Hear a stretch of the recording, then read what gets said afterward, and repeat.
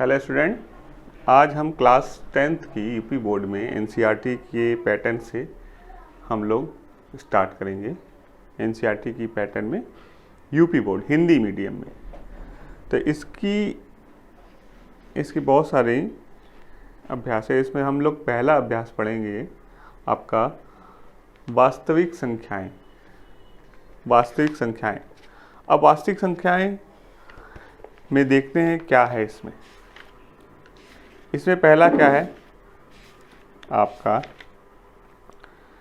Euclid विभाजन algorithm. Euclid algorithm है एक जो आपका मासा निकालने के लिए यूज़ किया जाता है। मासा मतलब HCF, हाईएस्ट कॉमन फैक्टर। तो हम लोग पहले इसका एक्सरसाइज करते हैं। अब प्रश्नावली 1.1 का पहला इसमें क्या हम लोग पढ़ रहे हैं, वास्तविक संख्याएं। वास्तविक संख्याएं, ठीक। प्रश्नावली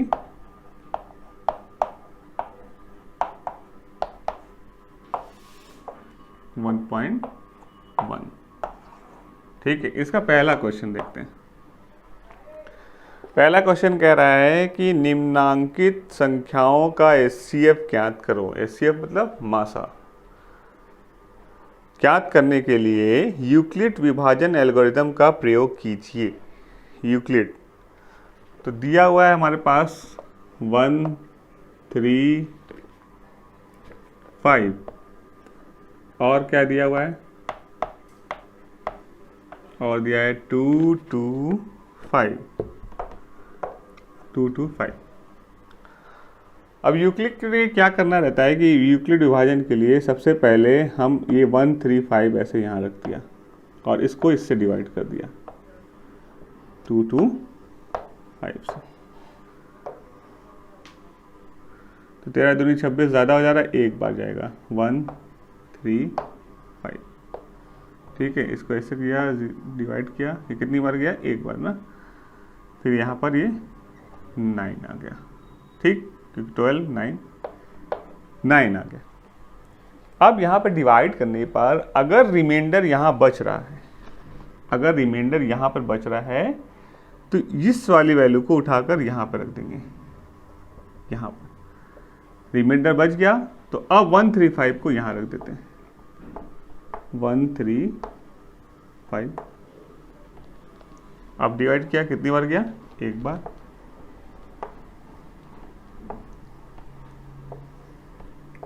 यहाँ आया 4 5, फिर रिमाइंडर बच गया, फिर रिमाइंडर बच गया तो अब क्या कर देंगे, फिर इसको वैल्यू यहां रख देंगे 90। अब 19 2 जा 45 2 जा 90, 45 दूना 90। तो अब देखो यहाँ पे रिमाइंडर नहीं बचा, अब रिमाइंडर नहीं बचा। और अगर रिमाइंडर नहीं बच रहा है तो लास्ट टाइम जिससे डिवाइड कर रहे हैं वही आपका HCF हो जाएगा, वही आपका HCF हो जाएगा। तो HCF हमारा, इसका आंसर क्या आ जाएगा, HCF इक्वल टू 45, ठीक है। करा क्या था हमने, फिर से एक बार चेक कर लें। जो बड़ी वाली वैल्यू थी इसको अंदर रखा, छोटी वाली को बाहर रखा, डिवाइड किया, देखा रिमाइंडर आ गया। रिमाइंडर आ गया है तो इसको उठा के वापस यहाँ रख दिया, इससे डिवाइड किया, फिर रिमाइंडर आ गया तो अब इससे किया था, फिर वापस रख दिया, फिर डिवाइड किया तो रिमाइंडर नहीं आया। तो लास्ट में जो वैल्यू का जिससे डिवाइड किया है वही आपका HCF हो जाएगा। तो ये हो जाएगा 45, ठीक है। इसी तरह से नेक्स्ट क्वेश्चन करें।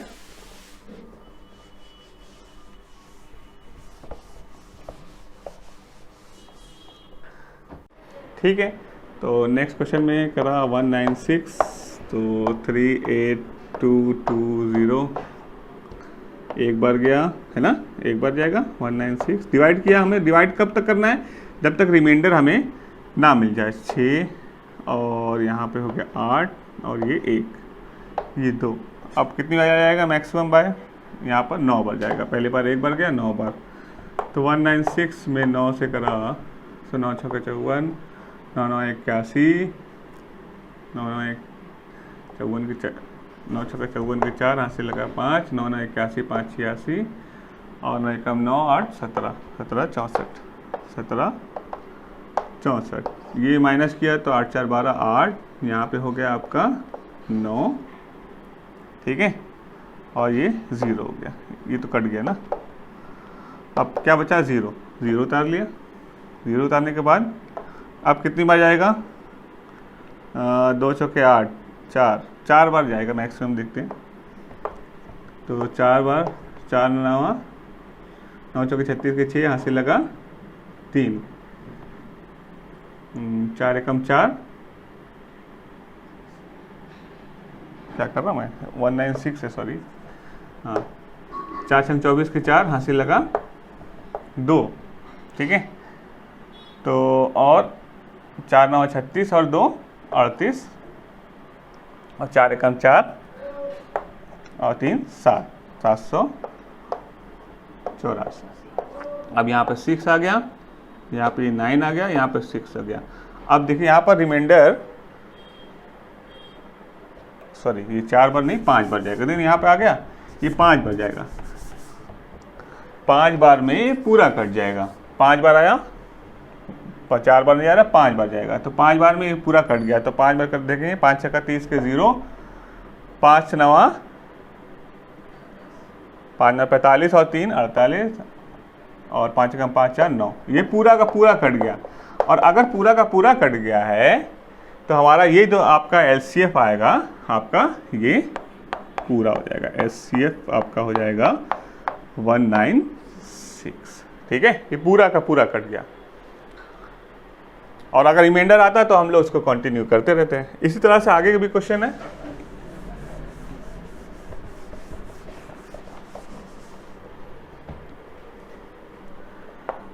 तीसरा वाला क्वेश्चन है, तीसरा वाला भी उसी तरह से सेम है, बहुत इजी है। और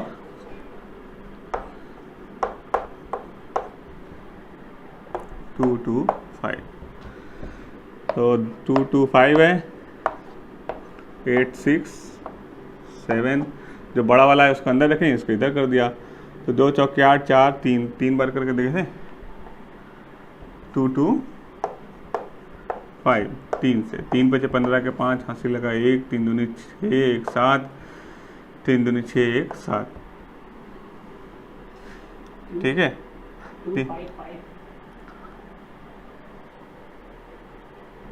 अच्छा, आंसर में क्वेश्चन गड़बड़ हो गया, 2 5 5 है यहाँ पर, 2 5 5, ठीक है।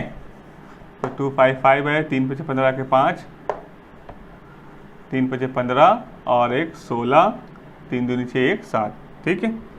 तो इतनी बार चला आ रहा है। तो 7 6 5, यहाँ आया 2, यहाँ 0, यहाँ पर 1, ठीक है। अब एक बार कितनी बार गया है, 3 बार।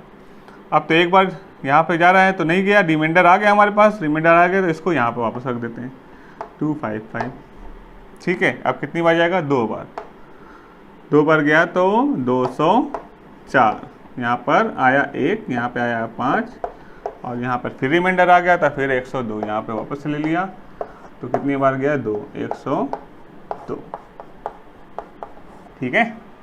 तो ये आपका HCF तब क्या आ गया, HCF आ गया आपका, HCF आ गया 51। लिखने में थोड़ी सी गड़बड़ी या कैलकुलेशन में कुछ गड़बड़ी हो जाए तो हो जाएगी, तो आप लोग कमेंट बॉक्स में कर दीजिएगा मुझे, ठीक है। नेक्स्ट क्वेश्चन मतलब आगे बढ़ते हैं।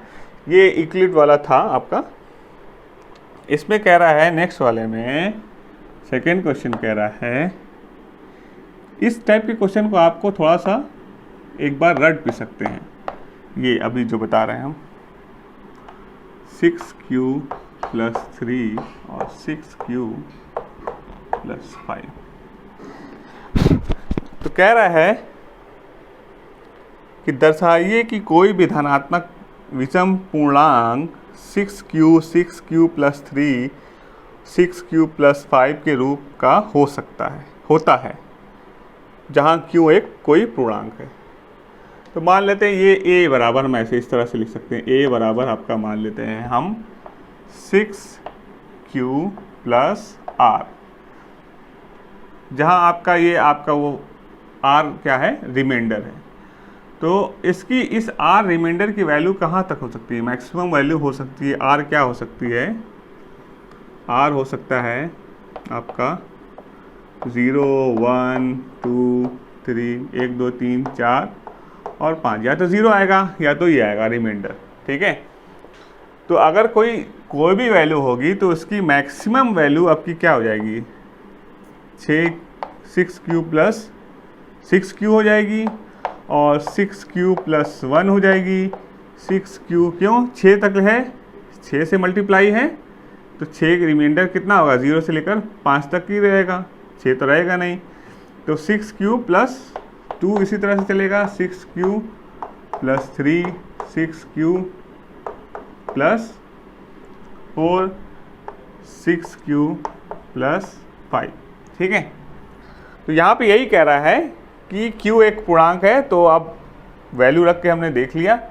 तो यहाँ पर अब क्या करना है कि यहाँ पर अब ये देखिए कि कोई भी संख्या या तो आपकी सम होगी या तो विषम होगी। तो यहाँ पर जो जो रिमाइंडर यहाँ पर 0 है, रिमाइंडर 0, तो ये वैल्यू तो होगी सम, ये तो हो गई सम, क्यों, क्योंकि इसका रिमाइंडर 0 है, ठीक है। तो यहाँ पर अतः कोई भी वैल्यू या तो सम होती है, ये आपको सिर्फ अपनी लैंग्वेज में लिखकर बताना है, ज़्यादा आप लोग परेशान ना हो। इसको देखने के बाद आप लोग अपनी लैंग्वेज में लिख के कर देंगे तो वो भी आपका आंसर सही रहेगा। या तो सम होगी, कोई भी पूर्णांक या तो सम होता है या तो सम या विषम, ठीक है।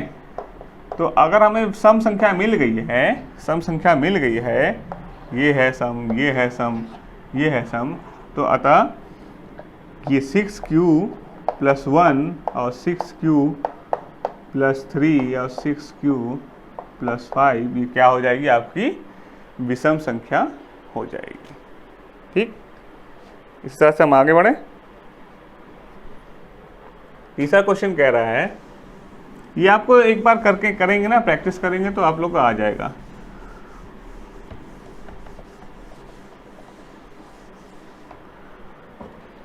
तीसरा क्वेश्चन कह रहा है,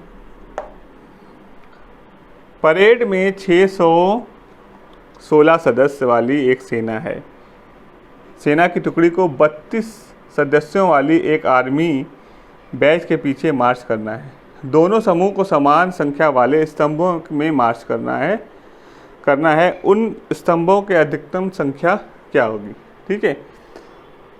तो मतलब ये कहना चाह रहा है कि इनका एक SCF निकालने के लिए बात कर रहा है। जब रो और पंक्ति में कॉमन रो की बात करेंगे, जब पूछेगा तो आप लोग SCF निकालना है।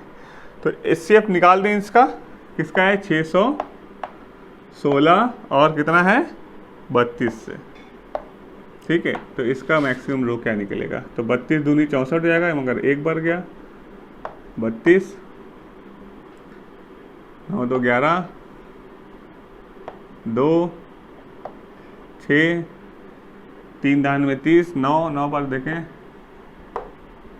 9 दूनी 18, 9 3 27 और 1 28, 16, तो 8 8 16, ये हो गया 8, ये हो गया 0, ये 0। अब यहाँ पे रिमाइंडर बचा तो फिर से 32 ले लेंगे। यहाँ पर रिमाइंडर जब बचेगा 8 चौके 32, तो वो स्तंभ वाले कौन से होंगी, कितने की, तो यहाँ पे ये कह रहा है अधिकतम स्तंभों की अधिकतम संख्या क्या हो जाएगी, तब स्तंभों की अधिकतम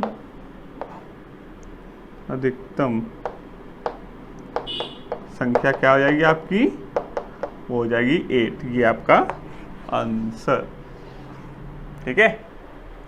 तो इस टाइप का अगर क्वेश्चन आएगा तो आप लोग को सिर्फ SCF निकाल देना है।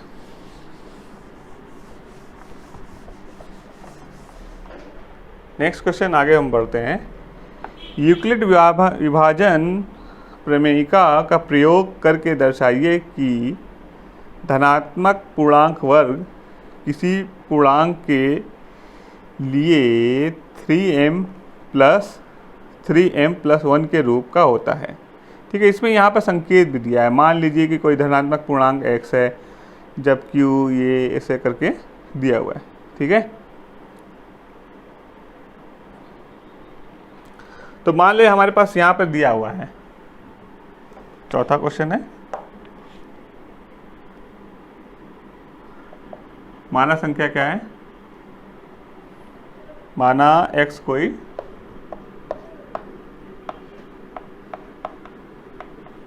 पूर्णांक। ठीक है, तो 3q है। पहले अगर हम 3q के लें, हमें क्या दर्शाना है कि ये जो 3q है वो 3m या 3m प्लस 1 के, इसका अगर हम स्क्वायर करेंगे, कोई तीन पूर्णांक है 3q प्लस 1 और 3q प्लस 2, इसका स्क्वायर कर रहे हैं तो वो किस फॉर्म में आएगा, या तो 3m या तो 3m प्लस 1।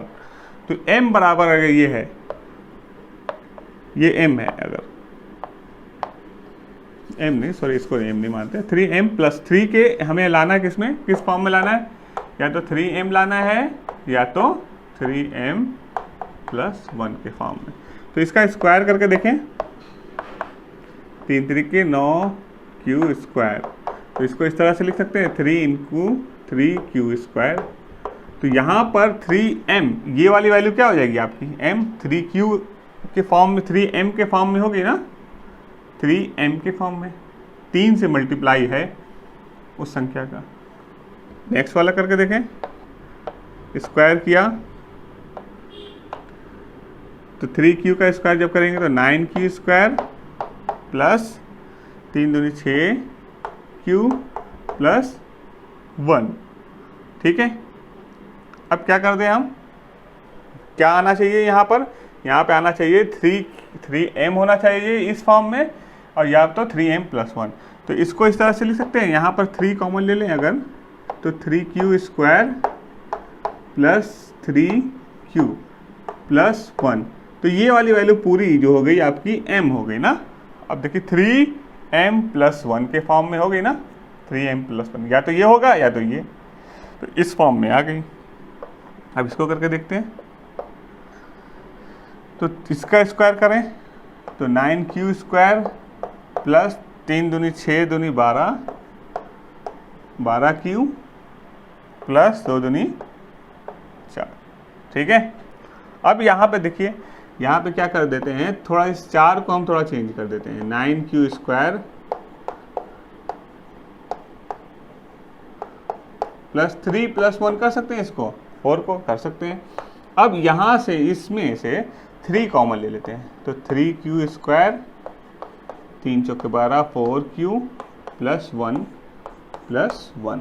तो अब ये देखिए फिर 3m, ये पूरा हो गया m, 3m प्लस 1 के फॉर्म में हो गई। तो कोई भी पूर्णांक अगर रहेगा उसका स्क्वायर करेंगे तो वो या तो 3m होगा या तो 3m प्लस 1 के फॉर्म में होगा। तो ये आपको इसी तरीके से करना है। ये आपको अगर कोई टेंशन वाली बात नहीं है, या प्रैक्टिस करेंगे तो आप लोग को आ जाएगा। इस टाइप के बहुत सारे क्वेश्चन हैं, और आप लोग एग्जाम्पल में भी देख लेंगे। ये सिर्फ प्रैक्टिस पे डिपेंड है, बहुत ज़्यादा इसमें आपको परेशानी होने की जरूरत नहीं है।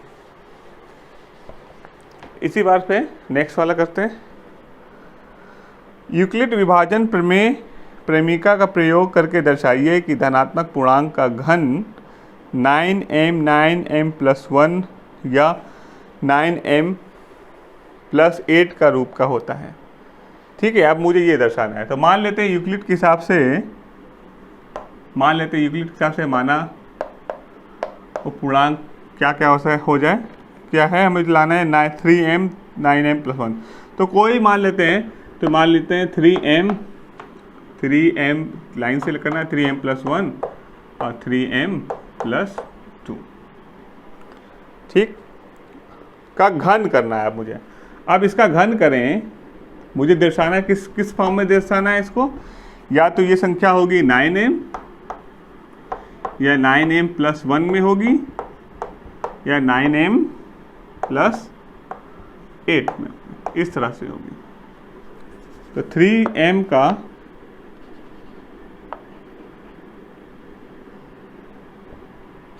m तो है ही है, तो यहाँ पे भी m हो गया, यहाँ पे भी m हो गया। तो ऐसा करते हैं, इसको n कर लेते हैं, 3n ले लेते हैं, है ना, 2 जगह हो गया। इसको हम जो माना है जो वैल्यू वो n लेते हैं, तो 3n का क्यूब कर देते हैं। 3 तरीके 9 3 27 n क्यूब। तो इसको इस फॉर्म में लिख सकते हैं हम क्या, 9 3m क्यूब हो गया।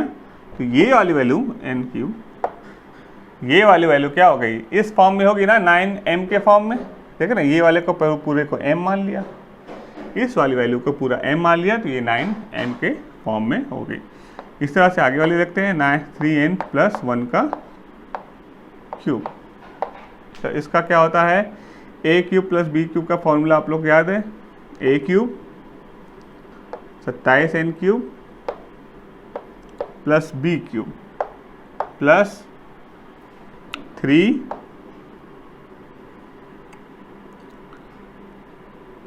3a² b 3ab² 3a² b मतलब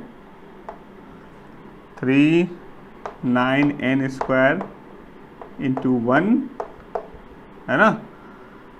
फॉर्मूला है आप लोग को, एक a + b का होल क्यूब का फॉर्मूला होता है, वो आपको याद करना है, b cube + 3a² b + 3ab²।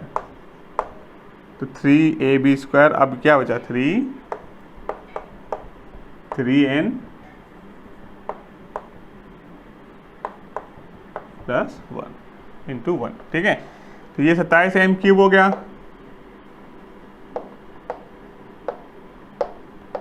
ठीक है। और ये हो गया 3 9 27n², 27n², ठीक।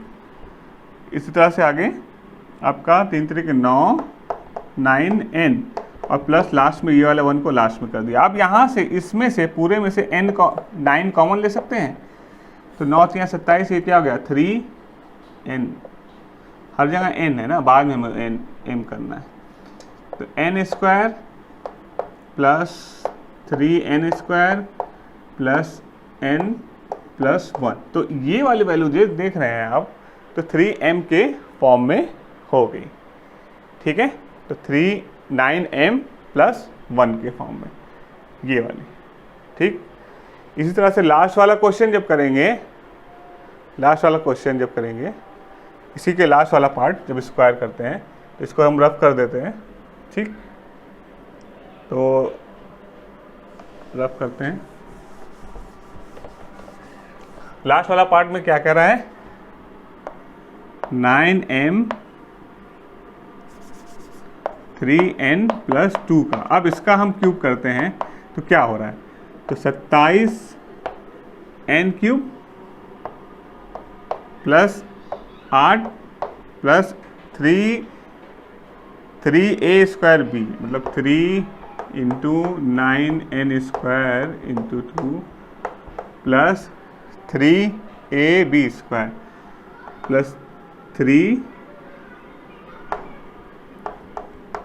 3n + 4, 2 का स्क्वायर। अब यहाँ पे इसी तरह से करते हैं, 27n क्यूब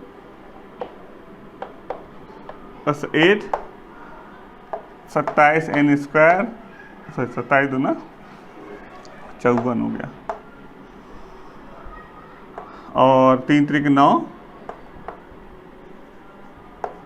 9 चौक 36n, इसको सीधा कर दें, 27n क्यूब + 54n² + 36n + 8, ठीक है।